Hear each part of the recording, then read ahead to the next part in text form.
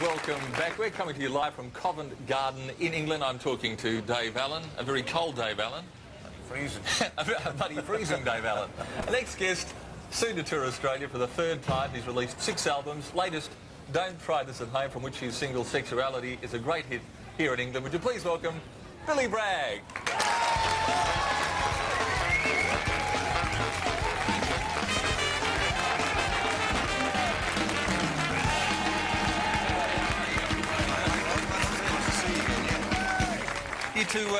You two know each other? Well, actually, the only other place I ever met him was on an Australian television program in Australia. Oh, yeah? Which is really strange, yeah. So I have this impression that whichever Australian TV program I go on, Dave is on it. I mean, maybe he has the same feeling about me. That's it. Yeah. It's a way to meet. It's a bit warm there, though, then, wasn't it, if I remember rightly? Now, the new single Sexuality is doing great guns. Yeah, really pleased about that. Yeah. How did you happen upon the title Sexuality? Well, it's something I thought important to write about. I think people's sexuality has become a politicised issue because of the HIV virus and stuff like that. There's been a legislation here by the Tory government to try and repress information about sexuality. And I personally think that it's a basic fundamental human right to be able to express your sexuality. So it kind of sprung from that.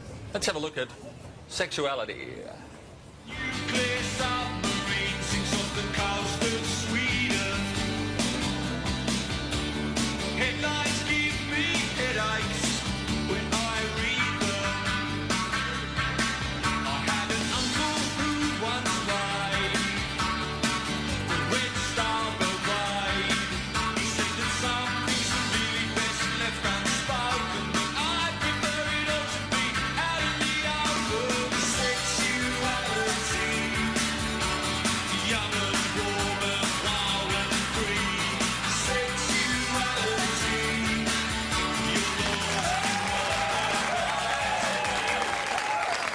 And that was Billy Bragg's Sexuality. We couldn't see that on the monitor. No. And Dave has no idea how the song goes. Could you just hum it for Dave? Just. Oh, sexuality, Dave. Good. I like that. Yeah, like Good. I knew it. Can you do the encore? That was it. That was it. Yeah. You can see why it's charting. Yeah, really, you can't can see, you? yeah. Well, punchy, isn't it? Yeah, To the point. Takes a lot of thinking, though. Yeah. Oh, it was good for me. Gives Billy. me an idea to go away and do something. Yeah, exactly. That'll be in your, on the way home. You'll be humming that. In your head, like, Sexuality. You're fairly political in your views. Yeah, well, I mean, it's been a bit political 13 years. As you know, we have a general election in a couple of days' time. Who's going to win? Oh, hopefully the Labour Party are going to win. I mean, I've been watching it on TV. I don't know if you saw last night. There was a great clip on the TV of the Prime Minister being hit by a high-velocity egg, which caught him right in the side of the head. I don't think government ministers should be able to walk the streets of this country without having eggs thrown at them. So I always carry A couple of eggs. I took them off me actually for security purposes before I came on. But I always, just in case you bump into one, you know. Would you ever stand for politics, Bill? No, I don't like having eggs thrown at me. So I think in 5 years of a Labour government, it'll be me who's getting the eggs thrown at me. So But this is an unusual turnaround for someone who originally enlisted in, now let me get this right, the Royal Army Corps? Armoured Corps. Royal Armoured Corps. Royal Armoured Corps. Did you get to drive a tank? Yeah, not really. I got into them and stuff, but I only really did my basic training. The British Army's a volunteer army. You can leave at any time. I did my basic training. I realised what happened was basically I've realised I look really terrible in green. It's not my colour. I didn't have any other colours, so It was an aesthetic thing. yeah, probably. Yeah. Probably, yeah. And did you form your views about politics during your army period? Well, I think the British, anyone who wants to see the British class system should join a British Army cavalry regiment, because it's very, very clear there. This is what tank regiments are, they're cavalry regiments. But really, I owe my political education not to Marx or Lenin or anybody, but actually to Margaret Thatcher. She made me political. She came to power in 1979 and was so provocative. She politicised me because she threatened to take away things that I'd taken for granted, like free healthcare, free education, those kind of things. And Your eggs? Well, the eggs, yeah, of course, free eggs, yeah. The whole thing. So that's what politicised me, really, in defence of those things, you know, that I'd grown up taking for granted. You've taken a fairly non-commercial view of your music. I'm in charge of Pepsi marketing, and I've come up and I've said, Billy, I'm going to give you a vast amount of money to do let's call it a Pepsi Diet commercial ad. Are you in, Bill? No, I'm not really. I've thought long and hard about this, about what I could maybe advertise on the side of a London bus, sort of 10, 15 foot high. The only thing I ever thought of was perhaps advertising condoms. that safe sex message. yeah. Kind of what do you think? Big Bill condom. Just a picture of me standing there, just wearing the product on the side of a London road. And on the other side, what? Safe sex doesn't mean no sex. It means wear Big Bill condoms. Available in all your favourite flavours. Earl Grey, Darjeeling, and decaffeinated. That's for people who don't want to get too excited. Have you ever thought about endorsements of any sort, Dave? No, I'll go with him, though. I'll be on the other side of the bus. I think it's an important thing to do, isn't it? A double rubber. That's right, the two of us together. The double rubber. A double rubber, yeah. We could probably play it. I'm talking to Billy Bragg and Dave Allen. We're going to take a break. We'll be back with more after this. That's funny. The double rubber.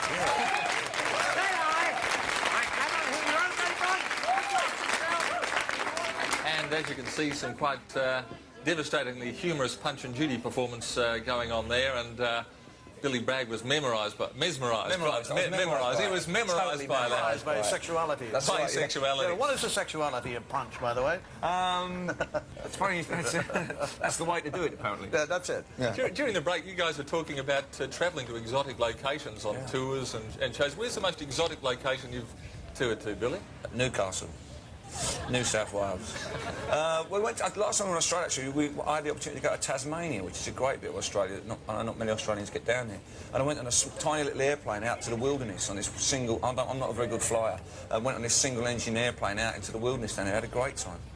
What about you, Dave? Do you get to some unusual locations? I think the best time I've had in my life, probably, I did a series of documentaries around America, and I finished up in the Okefenokee swamps. The Okefenokee swamps. In Georgia. And the other place is Kununurra in northern Australia. I spent about 8 days up there on the River Ord, which is extraordinary, stunning, beautiful. I mean, it's like Garden of Eden, really. Are you a good plane traveller? Yeah, I get bored, though. I get bored. I want to open doors and take a breath of fresh air. I got stuck on the plane over here next to this German who passed wind the whole time. Yeah, well... I thought it was a really bad music track. He was probably talking to you, actually. He was talking. Our next guest is one of Britain's most exotic performers. You probably know him better as the president of the Rex Mossop fan club. Would you please welcome Julian Clary?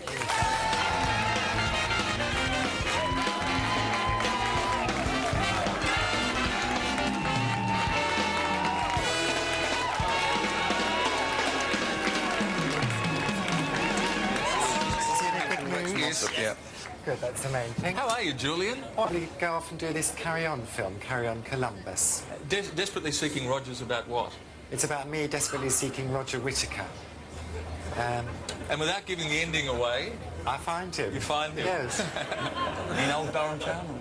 No, in New York. Oh, interesting. And, Billy's got a new song out. sorry? Billy's got a new song out called Sexuality. Sexuality, Julie. Hurrah, what a marvellous title. How do you think of it, Billy? Oh, just these things just come to me, Julie. Do they? If they come to me. Julian, I have to buy Annie Lennox a present. Did you upset her? Well, not really. She didn't actually arrive at our show yesterday. No, I heard talk of a theatrical tantrum. She had a tantrum. She saw a woman bearing a whip, a prostitute by the name of, what was her name? Lindy Sinclair, and decided that discretion was the better part of valour and jumped into the cab, and we had this car chase. But I thought I'd buy her a present, and no better person to go into this market and select a present. You want me to root round? I don't know if there's anything here for young Annie. Or would you if I gave you 100 quid, Oh, would you go and have a look for me? I'll go and have a little look, yes. What do you buy the woman who has everything? Well, yeah, come on. Some applause for Julian Clary as he goes. Oh, all right. Okay, the money. 100 quid. I'm not stupid. There's 100. There's 100 quid. Thank you very much. All right. Okay. Give Julian a round of applause as he goes to the bar. Good luck. Thanks, Julian.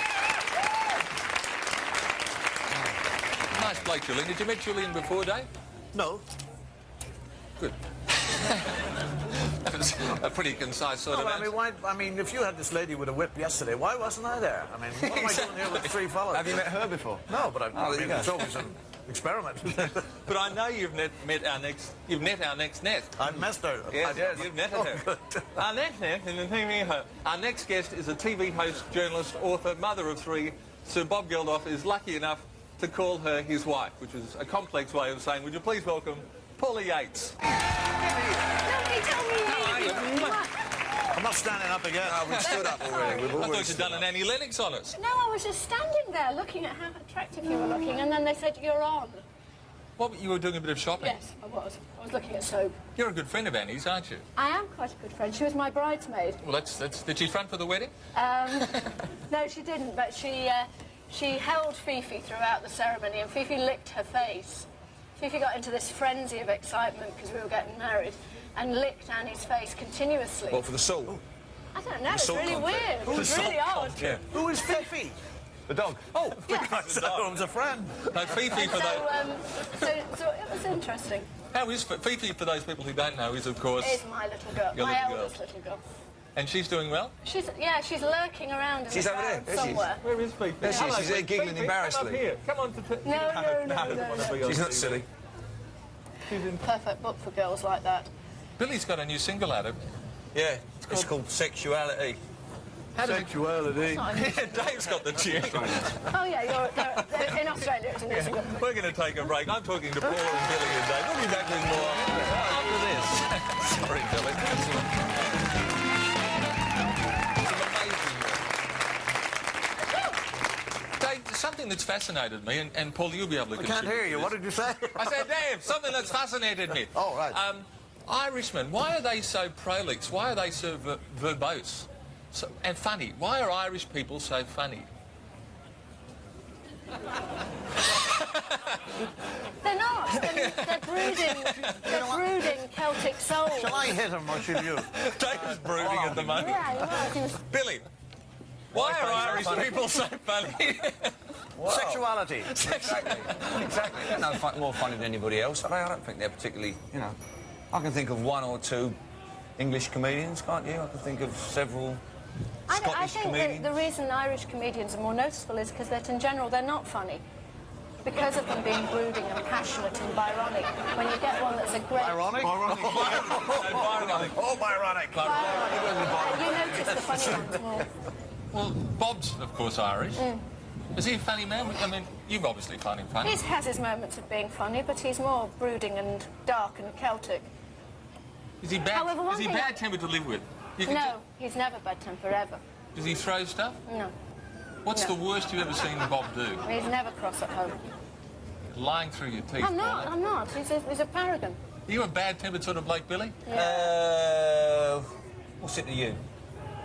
Pardon? I said, what's it to you, fish face? No, of course not. I'm a pacifist. How can I be bad-tempered? I'll smash the face into anyone who says I am. What gets on your goat? What really The gets Billy Tories, Bragg really, going? quite honestly. 13 Oh, years of don't Tories. It's going start. to end on Oh, Thursday. It's God. all And gonna where are end you on going to Thursday. be on Thursday afternoon on the plane? To Australia. To Australia. No. I'm going to be drinking champagne and celebrating. And what gets Dave Allen irate? People asking me silly questions. People asking Dave silly questions. Just like that, he said. As quick as a bloody thing. We're going to take a break. I'm talking to Dave, Billy and Paula. We'll be back with more after this.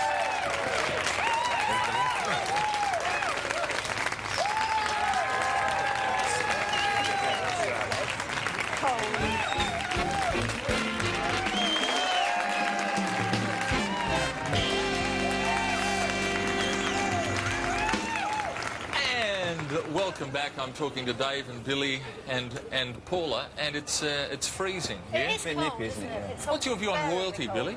I don't bother me, really, as long as I stay out of politics.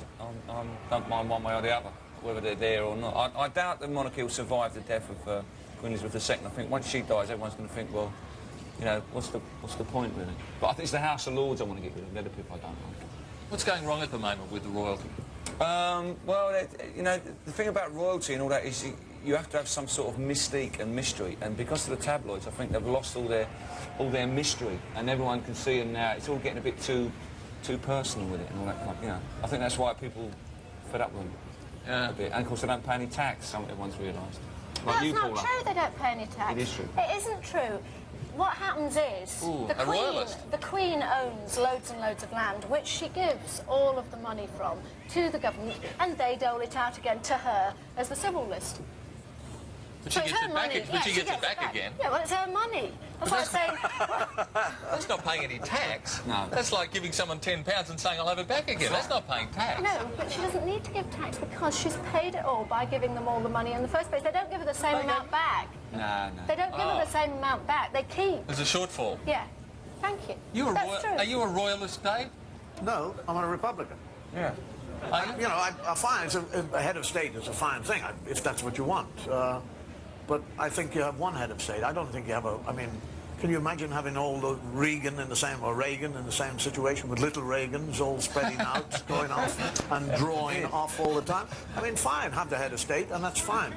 It's an absolute nightmare situation, isn't it? Yeah, I think... I mean, I like your economics, though. I mean... They were good, weren't they? I thought they were very good. Just Irish, in fact. They just came from all over nowhere. You've been living with your husband for too long. You make tax stuff up as good as Michael Heston. I did really. I was just a born Tory. Just say anything about tax. It makes the poll tax sound like a charity. On the subject of royalty and republicanism, we sent an expatriate Australian with a little Keating doll out into the street. And that was Jonathan Coleman. Would you thank Billy Bragg? We're going to take a break. We'll be back with more.